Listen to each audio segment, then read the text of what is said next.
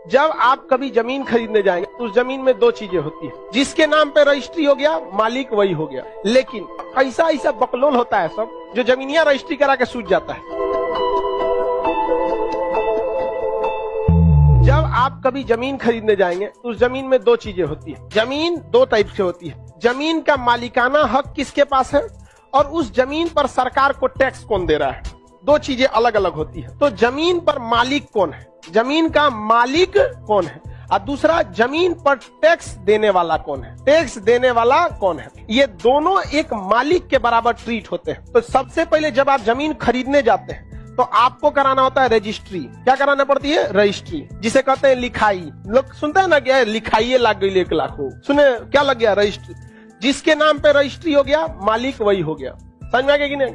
लेकिन मान के चलिए हम अपनी जमीन किसी व्यक्ति को बेचे, जब तक हम उसे नहीं बेचे थे